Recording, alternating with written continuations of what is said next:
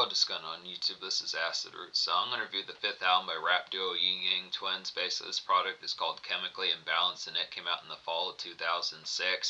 Now, Ying Twins had a series of hit albums throughout the 2000s. They had been around as far back as like the early year 2000 as far as this pitch can happen. I reviewed that album recently. I think it came out in like late March, early April 2025. But with the pitches like that, basically covered just about damn near every Ying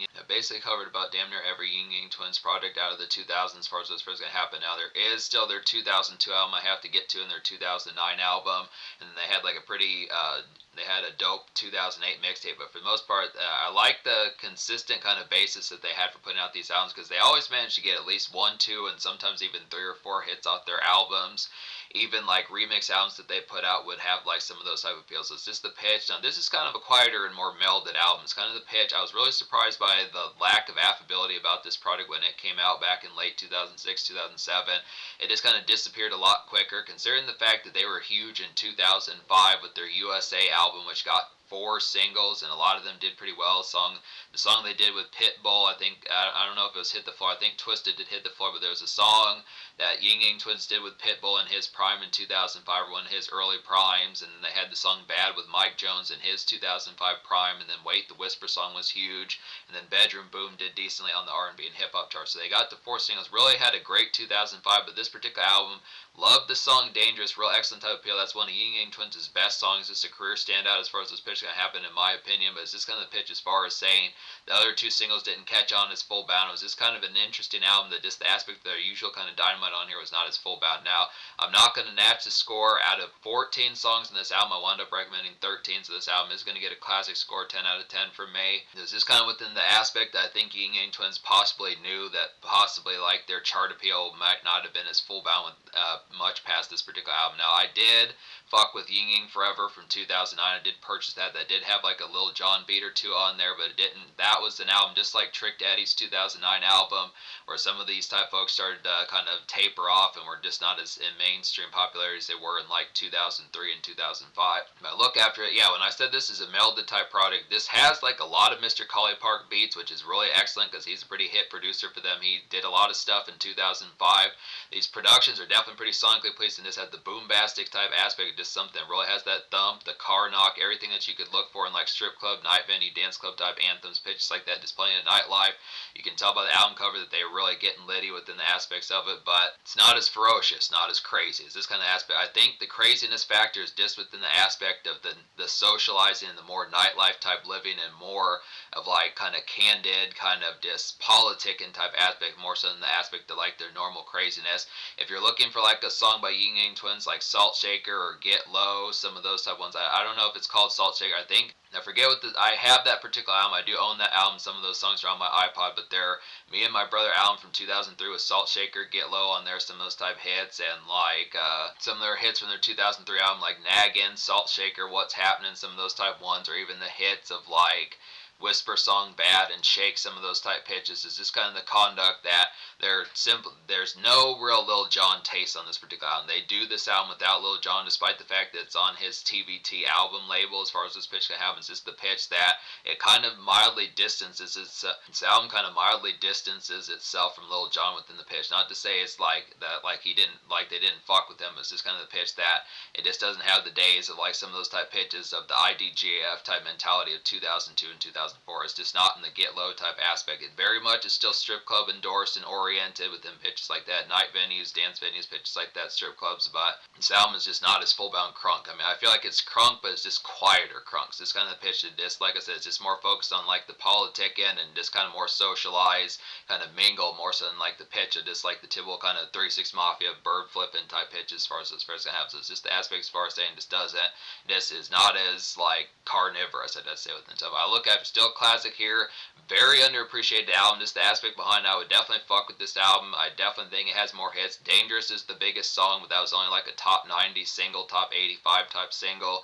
But look after it, there's plenty to really write home about, and just the aspect, there's plenty of enjoyment about this product. Just a lot of underappreciated type fares that this is an album that's probably been, for the most part, more or less kind of ignored for pretty much 18 years now as far as this pitch comes. I just look into it, definitely fuck with this product, paying attention to it more, despite the fact that songs like Get Low and Salt Shaker aren't as full bound on here. But I look after it. Just be able to say, to look after Dangerous is the lead single. Like I said, this is a career standout for Ying Dangerous is a career standout for Ying Twins, in my opinion. I'd have to say it's like a cool cat kind of disco and strip club. Dangerous is like a cool cat kind of disco and strip club groove as far as those pitches can have. And just smoke it in your system, I would definitely say here. Just vibe out and socialize as far as those pitches can have. So it's just the pitch, kind of get into some of those initial type conducts, just the dap and kind of pitches like that, just the format of just being able to say the initial kind of moments, get some drinks or some of those particular type fares, just the enjoyment, figuring out what bells are around the pitches within some of those type fares, just what to do in those particular aspects. It's really neon shift type cadence that has a lot of excellence about it. So this is one. Wyclef beautifully handles this particular song. He's real standout on this particular song.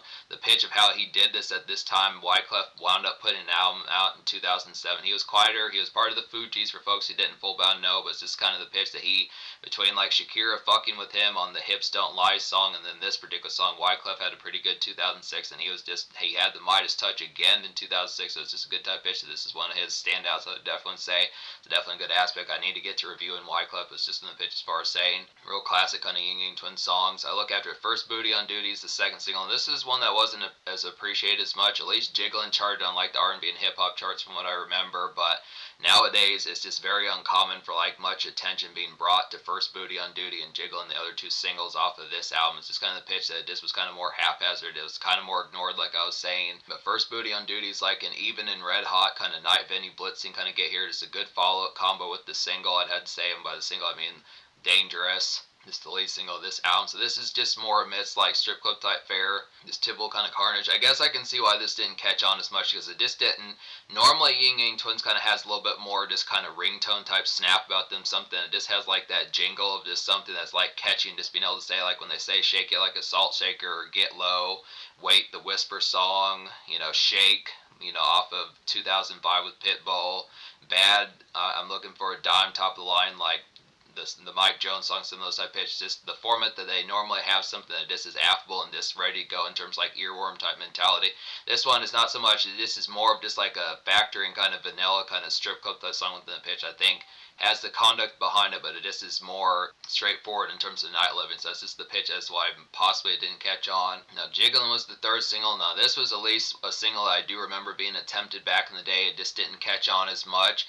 It did attempt the concept behind it. I'm surprised that this song didn't do a lot better than it did, because it was more in a ringtone type format. It's like a simplistic kind of ringtone hop to kind of get here, just a vintage kind of basic. I'm surprised Jigglin' didn't catch on more than it did within the pitch. Just the conduct that this is the same sort of format that was particularly full bound kind of popular throughout 2006. When you think of songs like Make It Rain, Shoulder Lane, It's Going Down, I Know You See It, some of these type of ones, pitches like that, We Fly High is like a simplistic. Jigglin's like a simplistic kind of ringtone hop to kind of get here. Jigglin's like a simplistic kind of ringtone hop to kind of get here. Just a vintage kind of basic Ying, I'd have to say, within the pitch. More Dance Club Fury, I'd have to say, and this song slams pretty hard. So it's just one pitch. It's like a good 1-2 punch. This one's a little bit more oriented towards like the typical type format. Maybe it's just because it's a simplistic kind of song title. I think the pitch behind it, normally Ying was kind of good with like those lingo type ones that just saying something. This feels like folks were kind of harsh on Ying Twins around this time, just considering the concept behind it. Just all three of the singles really didn't catch on within the full boundness that they probably needed to. It's just kind of the pitch of this, paying attention to Distant 2005 when Wait, the Whisper song was simple like that. It's just kind of the concept that there just really wasn't like a catchphrase as far as something that you would say like, I'm looking for a dime, top of the line, cute face, big waist with the big behind, or wait till you see my... pitches like that, just within the format as far as this pitch kind of go. It just didn't have like that typical kind of snap, but just within the catchy type fare.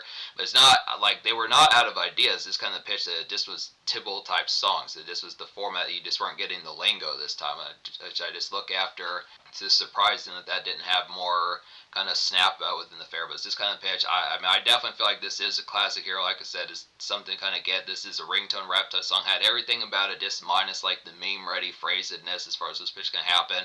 Same thing with Dangerous. 1-2 punch with these excellent type ones here. And First Booty on Duty is like an excellent strip club song for like some night living. So it's just the product, just kind of as far as saying and stuff. So I look after here. So there's 18 songs in this album minus the 4 skits, and narrows it down to 14. Like I was saying, the only song out of the 14 that are songs on here that I don't recommend is just Family, which this one, what you see is what you get with this particular song. It's a personal type one that switches the flow up and just a little bit more appreciative and grateful within the pitch. But it's not like this is a bad concept or idea. It's just the pitch that just was not that compelling within the aspect of this particular album. So I just kind of look after here within the sense of it. So most of this album has that bliss type appeal, but taking aside some of these Tupac moments just didn't pull it off as quite as full bound well. I mean, I think there's certain aspects that you can at least appreciate something like that on here, but it's just the pitch just didn't have as much. But yeah, there's some good nice ones on here, like Fridays, the quality ones, like a roundabout kind of after work shift cut loose kind of get within the aspect, just a good makeshift kind of yin yang, I'd have to say, within the pitch behind it. Great song to drive to a lounge after just like tasks are complete. So this is just a product. It's kind of something that you would get from like typical kind of Timbaland and Justin Timberlake type format. Really feels like a Timbaland production. I think it's actually, this is one that's by Wyclef Jean as far as those fairs going to happen, but I look after it here, it's being able to say this feels like some of those type songs like Wait a Minute by Pussycat Dolls, one of those type pitches. It is something a little bit more vanilla. This one's not quite as sleaze or sludgy within the aspect like this strip club and night and vicious kind of nightclub kind of glitz and glamour as far as this pitch can happen. Just really something, if you work at like a simple job like McAllister's or Target, something like that, just kind of in a more vanilla kind of blue collar type sense. It's kind of something where like, you know, I'm gonna go to a simple bar, something like that, connect with pals, this pitch like that within the format. It's just interesting getting that from Ying Yang as far as this pitch can happen, just more in a blue collar kind of cut loose as far as this pitch kind of go. Take It Slow is a quality one here, is like a basic dope kind of R&B malaise kind of get within the aspects. Just good R&B malaise kind of groove, like this, like a typical kind of caught up kind of makeshift dreary day as far as this pitch can happen. So this is like song for just having bells in mind, more full blown within the pitch behind it. If you do have like some sugary type moments within the aspect, just like, hey, you gotta set aside some time, pitches like that. It's kind of the conduct. It is like that particular fair. Most of this album is pretty blitzing within the aspect, but this is like a good conduct of some songs for Bay and like a more sugary and saccharine type sense within the aspect. Not saccharine in a bad way, but just the pitch of this having like the conduct of saying, hey, paying attention. It's just the songs for Bellas as far as those pitch can have within the tone behind it.